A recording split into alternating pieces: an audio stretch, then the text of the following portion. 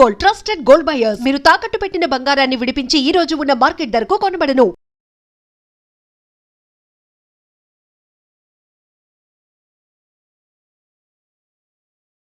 హరే కృష్ణ ప్రభుజీ. ప్రభుజీ, భగవంతుని విషయానికి వచ్చేసరికి మనం క్షేత్రాలకు వెళ్ళినప్పుడు చూస్తుంటాం. ముఖ్యంగా తిరుపతి అనేసరికి ఆయన ఖచ్చితంగా మొక్కులు ఫేమస్. అక్కడ తలనీలాలు అందులో ఒకటి భాగంగా. అంటే ఎందుకు తలనీలాలు అనేది ఎందుకు ఇవ్వాలి? ఆయన భగవంతుడు అడుగుతాడా తలనీలాలు ఇవ్వాలని చెప్పి? ఏంటి దాని గురించి తెలియజేయండి. ఇంకొక విషయము, కొబ్బరికాయ. ఖచ్చితంగా మనం భగవంతుడు, ఆధ్యాత్మికత, పూజలు అనగానే ఫస్ట్ మనందరికి గుర్తొచ్చేది కొబ్బరికాయ కొట్టాలి అని చెప్పి. అసలు ఎందుకు కొట్టాలి కొబ్బరికాయని అని చెప్పి? రెండు మంచి ప్రశ్నలు అడిగారు మీరు. కొంతమంది సినిమాలో వాళ్ళు కూడా మనల్ని ఎగతాళి చేస్తారనమాట, భగవంతుని డాండ్రఫ్ జుట్టుని ఏం చేసుకుంటాడు అని. యాక్చువల్గా వీళ్ళంటి వాళ్ళు అంటే మూర్ఖులు, తత్వం తెలియని వాళ్ళు అనమాట. ఎందుకు మనకి ఈ రోజు ఇలా మాట్లాడాల్సి వస్తుందంటే, ఏ ధర్మం పైన కూడా వీళ్ళు ఇలా కామెడీ చేసి మాట్లాడే అంత ధైర్యం లేదండి, కేవలం సనాతన ధర్మం పైన. ఎందుకు అని అంటే, హిందువు చాలా తేలిగ్గా, ఎందుకంటే హిందువుకి వాటి ధర్మం అంటే ఏంటో తెలియదు, మర్చిపోయాడు కాబట్టి. కానీ మనం మన ధర్మం యొక్క విశిష్టత ఎవరైనా అడిగారు అనుకోండి, నీ డాండ్రఫ్ జుట్టు దేవుడికి ఎందుకు ఇస్తున్నావు అంటే మనం ఏం సమాధానం చెప్తామో తెలియాలి కదండి. అవును, జుట్టును ఎందుకు ఇస్తున్నావు, కొబ్బరికాయ ఎందుకు కొడుతున్నావు, ఎందుకు మన ధర్మం ఇది ఎందుకు ప్రమోట్ చేసింది, ఒకసారి ఆలోచన చేద్దాం. ఇప్పుడు చూడండి, జుట్టు విషయానికి వచ్చేసరికి ఎక్కడున్నా సరే జుట్టు ఉందనుకోండి, ఒకలైతే నేను చూసాను బైక్ దిగక ముందు ఒక చిన్న దువ్వెన పెట్టుకొని దువ్వెన తీసి తూకుంటున్నాడు అనమాట. ఎందుకంటే ఏది ఉన్నా సరే ఆ హెయిర్ స్టైల్ అనేది అన్నిటికంటే ముఖ్యం అనమాట. ఎక్కడైనా విండో చూపిస్తాను వెంటనే సరి చేసుకుంటూ నించుంటారనమాట. అనిపించిందంటే జుట్టు సరి చేయాలి, ఎలా ఉన్నామో చూసుకోవాలి, అంతే కదండి. అంతే. ఇప్పుడు ఒక వ్యక్తి అట, వాడికి గుండుగాడట, మొత్తం బట్టతల, ఇక్కడ రెండు జుట్టు, ఇక్కడ రెండు కేశాలు అలా ఉన్నాయట. ఒక వ్యక్తి ఆయన దగ్గరికి వెళ్ళి, అబ్బా అసలు ఏంటి నీ కేశ సౌందర్యం అనగానే చాలా ఆనందపడి ఒక బస్తా బియ్యం ఇచ్చేసాడట ఆయనకి. అయితే సరే అని బస్తా బియ్యం పట్టుకొని నడుచుకుంటూ వెళ్తున్నాడట. నడుచుకుంటూ వెళ్తుంటే ఇంకొక ఆయన అడిగాడట, అరే ఈ బస్తా బియ్యం ఎక్కడి నుంచి వచ్చారా? ఆ బట్టతలోడు ఇచ్చాడు అన్నాడు. సరే నేను అక్కడికి వెళ్ళాడట, వెళ్ళి చెప్పాడట, నువ్వు బస్తా బియ్యం ఇచ్చావు కదా, వాడు నిన్ను బట్టతలోడు అంటున్నాడు అనగానే ఒక గుర్రం పైన వీడు బయలుదేరాడట, పరిగెత్తుకుంటూ వీని దగ్గరకు వచ్చేసరికి, ఏంట్రా నన్ను బట్టతలోడు అంటావా అంటే ఈయన చూసాడట, వీడు వెళ్ళి చెప్పుంటాడని, మెల్లగా మీరంతా ఫాస్ట్ గా రాకండి, మీ జుట్టంతా ఎగిరిపోతుంటే ఇలా అలల్లా కనిపిస్తుంది, ఎంత సుందరం అనగానే వాడు వచ్చిన గుర్రం కూడా వీడికి ఇచ్చేసాడట. పొంగిపోతున్నాడా? పొగడతలకి పొంగిపోతున్నా. అలాంటి వాళ్ళమే మనందరం కూడా. ఓకే, మనకి కొద్దిగా పొంగంగా అని బెలూన్ లా ఉబ్బిపోతాం అనమాట. ఇంత ఉన్నది ఇంత చేయగానే మన ఆకాశంలో పట్టుకొని కిందికి దింపాల్సి వస్తుంది అనమాట. అంతేనా కాదా చెప్పండి? అంతే. దేనికి గొప్పతనం? కేశ సౌందర్యం. అసలు ఏం హెయిర్ స్టైల్ రా అనగానే మనం గుడుగుడు అయిపోతాం. మాకే ఆ ప్రాబ్లం ఏం లేదు, ఓన్లీ వన్ హెయిర్ స్టైల్. అయితే కేశములను ఇవ్వటము అని అంటే సెల్ఫ్ కాన్షియస్నెస్. బాగున్నామా లేదా, చుట్టూ ఎగిరిపోయిందా లేదా, దాన్ని మా చిన్నప్పుడు ఇది వచ్చేది జెల్ అని వచ్చేది అనమాట. ఆ జెల్ తీసి జెల్కి రాసుకొని ఇలా హెయిర్ డ్రెస్సింగ్ చేసుకొని అలా జనాలందరూ చూస్తే మాకైతే ఎంత బాధేసేది. అసలు ఏం చేస్తున్నారా వీళ్ళు, డబ్బులు ఖర్చు పెట్టడం ఏంటి, మేమైతే బ్లేడ్ తీసుకొని గురుగురు అని అనుకుంటాను, 2 రోజులకి ఒకసారి అయిపోద్ది మా పని అంతే. కానీ పిచ్చి ఎందుకోసం, నేను బాగుండాలి, నేను బాగా కనిపించాలి, నేను నాది దీంట్లోనే మనిషిపోతున్నాడు. కానీ ఎప్పుడైతే మనం భగవంతుడికి మన తలనీలాలు సమర్పణ చేస్తున్నామా, అయ్యా నేను ఇంత పొజెసివ్ సెల్ఫ్ కాన్షియస్ కాకుండా నీ గురించి ఆలోచన చేసే సమయం ఇవ్వాలి. ఆ యొక్క మన దగ్గర ఉండే ఆ భావన ఏదైతే ఉందో దాన్ని భగవంతుడికి సమర్పణ చేస్తున్నాం అనమాట. అది ఒక భావనతో మనం చేసే పని. ఆ భావన లేకుండా చేస్తే అది వేస్ట్ అండి. ఆ భావనతో కలిపి చెయ్యాలి. ఒకడంటాడు, ఈ మధ్య వీడియోలో చూసాను అనమాట, మనకి సనాతన ధర్మంలో ఎప్పుడు గుండు చేయించుకున్నా సరే శిఖ పెట్టుకొని చేయించుకోవాలండి. ఓకే, ఎందుకని ప్రభుజీ? అది మన ధర్మం, మన సాంప్రదాయం. ఎవరైనా సరే, ఏ వర్ణంలో ఉన్న వాళ్ళైనా సరే, ఎక్కడైనా సరే, హిందువులు అంటే ముందుగా ఒక విషయం ఏంటి అంటే, స్త్రీలు గుండు చేయించుకోరాదు. స్త్రీలు గుండు చేయించుకోరాదు. పురుషులు చేయించుకోవాలి. చేయించుకున్నప్పుడు మనం శిఖ పెట్టుకోవాలన్నమాట. ఇది చాలా ముఖ్యమైనది. ఓకే. ఒక ఆయన అంటాడు, తిరుపతిలో శిఖ పెట్టకుండా మొత్తం బోడుగుండు చేసేస్తారు కదా, అంటే అది బౌద్ధారామము, బుద్ధుడి యొక్క ప్రదేశం అని దాని వల్లే తెలుస్తుంది అని అన్నాడు అనమాట. ఇప్పుడు చూడండి, మేము ఎన్నో ప్రదేశాలు, ఎన్నో దేశాలలో బౌద్ధారామాలకు వెళ్ళాం. అక్కడ అందరూ అగరబత్తులు చూపిస్తారు. అగరబత్తులు చూపించడం ఎవరి సాంప్రదాయం? మనం చూపిస్తాం కదా, అంతే కదా. అలానే బౌద్ధ రామాలన్నీ కూడా హిందువులవే అని మనం అంటామా? లేదు. అంటే ఎలాగ మాట్లాడేస్తున్నారు జనాలంటే మాకు నవ్వు వస్తుంది. ఏది తోస్తే అది మాట్లాడే. ఒక ఆయన మాట్లాడతాడు, ప్రబుద్ధుడు. ఏమంటాడంటే, రాముడు 10 లక్షల సంవత్సరాలు పూర్వం అని ఎలా చెప్తారు? ఎందుకంటే హిస్టరీ ప్రకారంగా మనకి కేవలం ఒక 4000 సంవత్సరాల ముందే మనకి స్టార్ట్ అయిపోయింది అని. అదే హిస్టరీని సైన్స్ ప్రకారంగా కానీ మనం చూస్తే మనుషులు కోతుల నుంచి వచ్చారు అని ఉంటుంది, కానీ ఒక 2 మనుషుల నుంచి వచ్చాయి అని చెప్పరు. అంతే. మన ధర్మం గురించి చెప్పేటప్పుడేమో సైన్స్ హిస్టరీ కావాలి, వాళ్ళ ధర్మం దగ్గరకు వచ్చేసేదేమో వాళ్ళ పుస్తకం కావాలి. అంతే. మన ధర్మాన్ని దూషణ చేసేటప్పుడేమో అడ్డమైన లాజిక్లన్నీ తీసుకొస్తాడు, వాళ్ళ ధర్మాన్ని ప్రశ్నిస్తేనేమో మాది సత్యం అంటే. అంతే. ఏంటండి అసలు? ఎవరి స్వార్థం వాళ్ళది.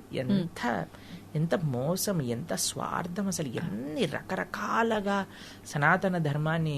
కానీ మీకు ఒక విషయం తెలుసా అండి, వీళ్ళు ఏమీ చేయలేరు మన ధర్మాన్ని. ఎందుకో తెలుసా అండి, ఎప్పటి వరకైతే 1000 సంవత్సరాల నుంచి భారతదేశాన్ని అన్యమతస్థులు పాలిస్తూ ఉన్నారు, అయినా ఈ భారతదేశంలో అందరికంటే ఎక్కువ ఉన్నది సనాతన ధర్మానికి చెందిన వాళ్ళే. అవునా కదా? 1000 సంవత్సరాలైనా సరే మనం బాగున్నాం, 1,00,000 సంవత్సరాలైనా సరే మనం బాగుంటాం. ఎప్పుడు మనము సినిమాలలో చూసి మన ధర్మాన్ని మనమే అవహేళన చేసుకోవటం ఆపినప్పుడు, తల్లిదండ్రులు పిల్లలకి ధర్మం గురించి, ధర్మ సూక్ష్మములు ముందు వాళ్ళు తెలుసుకొని పిల్లలకి చెప్పినప్పుడు, ఫ్యాషన్ పేరుతో, వెస్టర్నైజేషన్ పేరుతో మన సంస్కృతి సాంప్రదాయాలు, మన కట్టు బొట్టు ఆచరణని మనం వదిలేసితే మనకి నష్టం ఉంది. కానీ మనం ఇంకా సనాతన ధర్మానికి ముందుకు తీసుకెళ్ళాలి అని అంటే మనం జాగ్రత్తగా ఉండాలి. ఆ సాంప్రదాయాలన్నింటినీ కూడా మనం పాటించాలి చక్కగా. రెండవ ప్రశ్న మీరేమన్నారు? కొబ్బరికాయలు కొట్టడం. మాకు చిన్నప్పుడు ఏదైనా వ్రతం పూజ అయిందనుకోండి, ఒక్కొక్కళ్ళకి ఒక్కొక్క కొబ్బరికాయ ఇచ్చేవాళ్ళు అనమాట. కొబ్బరికాయ కొట్టు, కొబ్బరికాయ కొట్టు, కొబ్బరికాయ కొట్టు. ఇప్పటికి కూడా ఇక్కడే ఇంటికి వెళ్ళామనుకోండి, చిన్నగా ఉన్నప్పుడు మేము కొబ్బరికాయ కొట్టండి, కొబ్బరికాయ కొట్టు. ఏంటి అసలు ఈ కొబ్బరికాయలు కొట్టడం అర్థం కాలేదండి. అప్పుడప్పుడు మా చిన్నగా ఉన్నప్పుడు మా చేతులు పడిపోయాయి, చాలా బాధేసేది. అబ్బా ఏంటి కొబ్బరికాయలు కొట్టడం ఏంటి, ఇల్లంత చిందరబందర ఏంటి, అసలు ఏంటి దీని లోపల ఉండే తత్వం ఏమిటి మీకు అనిపించింది? మన బుర్ర కూడా కొబ్బరికాయ లాంటిదే, గట్టిదైపోయింది అహంకారంతో అజ్ఞానంతో, టెంకలాగా అయిపోయింది. టెంక టింగ్ టింగ్ టింగ్ అని బుర్ర ఎట్లా అయితే మనకి లోపల నుంచి కొబ్బరికాయ పైన నీళ్లు పోస్తే మన లోపలికి ఎక్కుతుందా? ఏమి ఎక్కదా? ఎందుకు? టెంక గట్టిగా ఉంది. కానీ ఆ గట్టి టెంక లోపల మధురమైన తీయదైన నీళ్లు, దాంతోపాటు కొబ్బరి లోపల తెల్లగా ఉండే పదార్థం ఉన్నాయి. ఎప్పుడైతే నువ్వు అహంకారాన్ని విడుతావో, అహంకారాన్ని భగవంతుడి యొక్క చరణముల దగ్గర బద్దలు కొడతావో, అప్పుడు నీ యొక్క స్వరూపం, తీయదైన స్వరూపం, కోమలమైన స్వరూపం అది బయటికి వస్తుంది. ఎప్పటి వరకైతే అహంకారాన్ని వీడవో అప్పటి వరకు నీ స్వరూపాన్ని నువ్వు తెలుసుకోలేవు. అది కొబ్బరికాయ కొట్టడంలో ఆంతర్యం. మరి ఇప్పుడు కొబ్బరికాయ తీసుకొని భగవంతుడి ముందేస్తే, స్వామి కొబ్బరికాయ ఎట్లయితే పగిలిందో నా అహంకారం అలా పగులుగాక, నా అజ్ఞానం అలా పగులుగాక అని స్వామికి విన్నవించాలి. కొబ్బరికాయ కొట్టడం తప్పు కాదండి. కొబ్బరికాయ ఫట్ అని కొట్టినప్పుడు వెంటనే మీరు ఆ ప్రార్థన చేయాలి, స్వామి కొబ్బరికాయ ఎలా పగిలిందో అలా నాలో ఉన్న దుర్గుణాలు కూడా అలా వెళ్ళిపోవాలి. అంతేగాని కొబ్బరికాయ కుళ్ళిపోయింది, కొబ్బరికాయ ఏదో తప్పైపోతుంది, పువ్వు వచ్చింది ఏదో మంచి అయిపోతుంది, ఇలాంటివి ఏమీ లేదు. మాకు ఒకసారి పువ్వు వచ్చింది, దాని తర్వాత చెయ్యి ఇరిగింది, కాబట్టి ఇంక పువ్వు వస్తే మంచి అవుతుంది లేకపోతే ఇది అవుతుంది, అవన్నీ పక్కన పెట్టండి. మన భావన మన భావన మంచిగా ఉండాలి. స్వామికి ఎందుకు నేను కొబ్బరికాయ కొడుతున్నా, ఎందుకు తలనీలాలు ఇస్తున్నా, ఎందుకు దండవత్ ప్రణామం చేస్తున్నా భగవంతుడి ఆలయంలో, ఎందుకు కాళ్ళు కడుక్కొని లోపలికి వెళ్తున్నా, ఎందుకు స్వామి దర్శనం ఆపాద మస్తకం ఎందుకు దర్శనం చేసుకుంటున్నా, తీర్థం ఎందుకు తీసుకుంటున్నా, ప్రసాదం ఎందుకు చూస్తున్నా, ఆలయంలో కూర్చోమని ఎందుకు అంటారు. ఇవన్నీ మనకి తెలిసినప్పుడు ఎంత ఆనందం అండి. అంతేకాని బల్లి పడింది, పిల్లి వెళ్ళింది, కుక్కొచ్చింది, ఇవన్నీ ఏంటండి అసలు. ప్రతి కదలికలో తప్పు. ప్రతిదాన్ని కుక్క, పిల్లి, నక్క, ఇవన్నీ గాడిద, ఇవన్నీ కూడా మన జీవితాన్ని నిర్ధారణ చేస్తే అసలు మనం ఎక్కడికి వెళ్తామండి. నీ చేతుల్లో ఉంది నీ జీవితం, నీ భావనలో ఉంది నీ జీవితం, భగవత్ కృపలో ఉంది జీవితం, నీ సంకల్ప బలంలో ఉంది నీ జీవితం. ఇది సనాతన ధర్మం ఇచ్చే ఒక అద్భుతమైన మార్గం. దీన్ని అందరూ కూడా కప్పిపుచ్చేసి ఏదో ఏదో రాళ్ళ వల్ల, లేదా ఏదైనా గీతల వల్ల, లేదా ఏదైనా రాయటం వల్ల, లేదా ఇది వల్ల వాళ్ళ వల్ల జీవితం మారిపోతుంది అంటే సారీ సార్, కాదు. ఉగాది పచ్చడి చెప్తుంది మనకి, ఇందాక మాట్లాడుకున్నట్టు మనం ఏమి చేసినా సరే షడ్రుచోపేరితంగానే జీవితం ఉంటుంది. లేకపోతే ఉగాది పచ్చడి ఎందుకంటే పానకం తాగొచ్చు కదా, అంతే. పానకంలో కూడా మిరియాలు పొడేస్తారు. అది మీకు ఒక విషయం చెప్తాను. మేము ఒకసారి ఒక స్వీట్ నేర్చుకుంటున్నాం అనమాట స్వామికి నివేదన చేయడానికి. అప్పుడు నేర్పించే వాళ్ళు మాకు చెప్పారు, ప్రభుజీ ఇంతైనా సరే ఉప్పు వేయాలి దీంట్లో స్వీట్ లో. ఏ స్వీట్ చేసినా పాలతో చేసిందంటే పగిలిపోతుంది అనుకోండి, జాగ్రత్తగా చూడాలి. కొన్ని దాంట్లో వెయ్యాలి. చక్కెర పొంగల్ చేస్తున్నాం అనమాట. అప్పుడు కొద్దిగా ఉప్పు వేయాలి దీంట్లో అని అంటారు. ఉప్పు ఎందుకండి స్వీట్ లో అంటే, ఆ ఉప్పు వేస్తే ప్రభుజీ మిగతా వేసిన సామాన్ల యొక్క టేస్ట్ బయటికి వస్తుంది. ఇప్పుడు చూడండి, మీరు కూరలో ఏం వేసినా సరే టేస్ట్ చూస్తే అసలు కూర టేస్ట్ అనిపించదు ఎప్పటి వరకు ఉప్పు సరిపడా అయ్యేంత వరకు. అవునా? అప్పుడు మిగతావన్నీ తెలుస్తాయి కదా.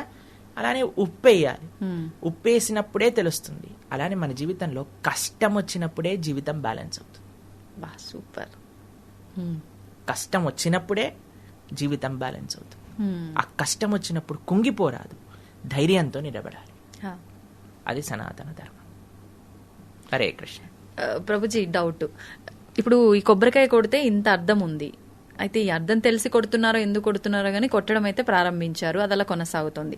క్షేత్రాలకు వెళ్ళినప్పుడు అది భగవంతుడి దగ్గర నివేదన చేయడానికి వీలు అవ్వట్లేదు అన్నప్పుడు అసలు ఈ కొబ్బరికాయ కొట్టడం ఎందుకు, కొట్టడం మానేద్దాము, అదేదో ఆ 20-30 ఆ కొబ్బరికాయకు పెట్టే పైసలు ఆ హుండీలో వేస్తే సరిపోద్ది, ఇలా చాలా మంది ఆలోచిస్తున్నారు. దీని గురించి ఏం చెప్తారు? బ్రహ్మాండంగా కొబ్బరికాయ కొట్టండి, మనసులో స్వామికి నివేదన చేయండి. ఒక తులసి పెట్టి స్వామికి, అయ్యా నేను ఇక్కడ నుంచే నివేదన చేస్తున్నాను. మీకు ఒక విషయం తెలుసా, దాస్యాబౌరి అని ఒక భక్తుడు ఉన్నాడు.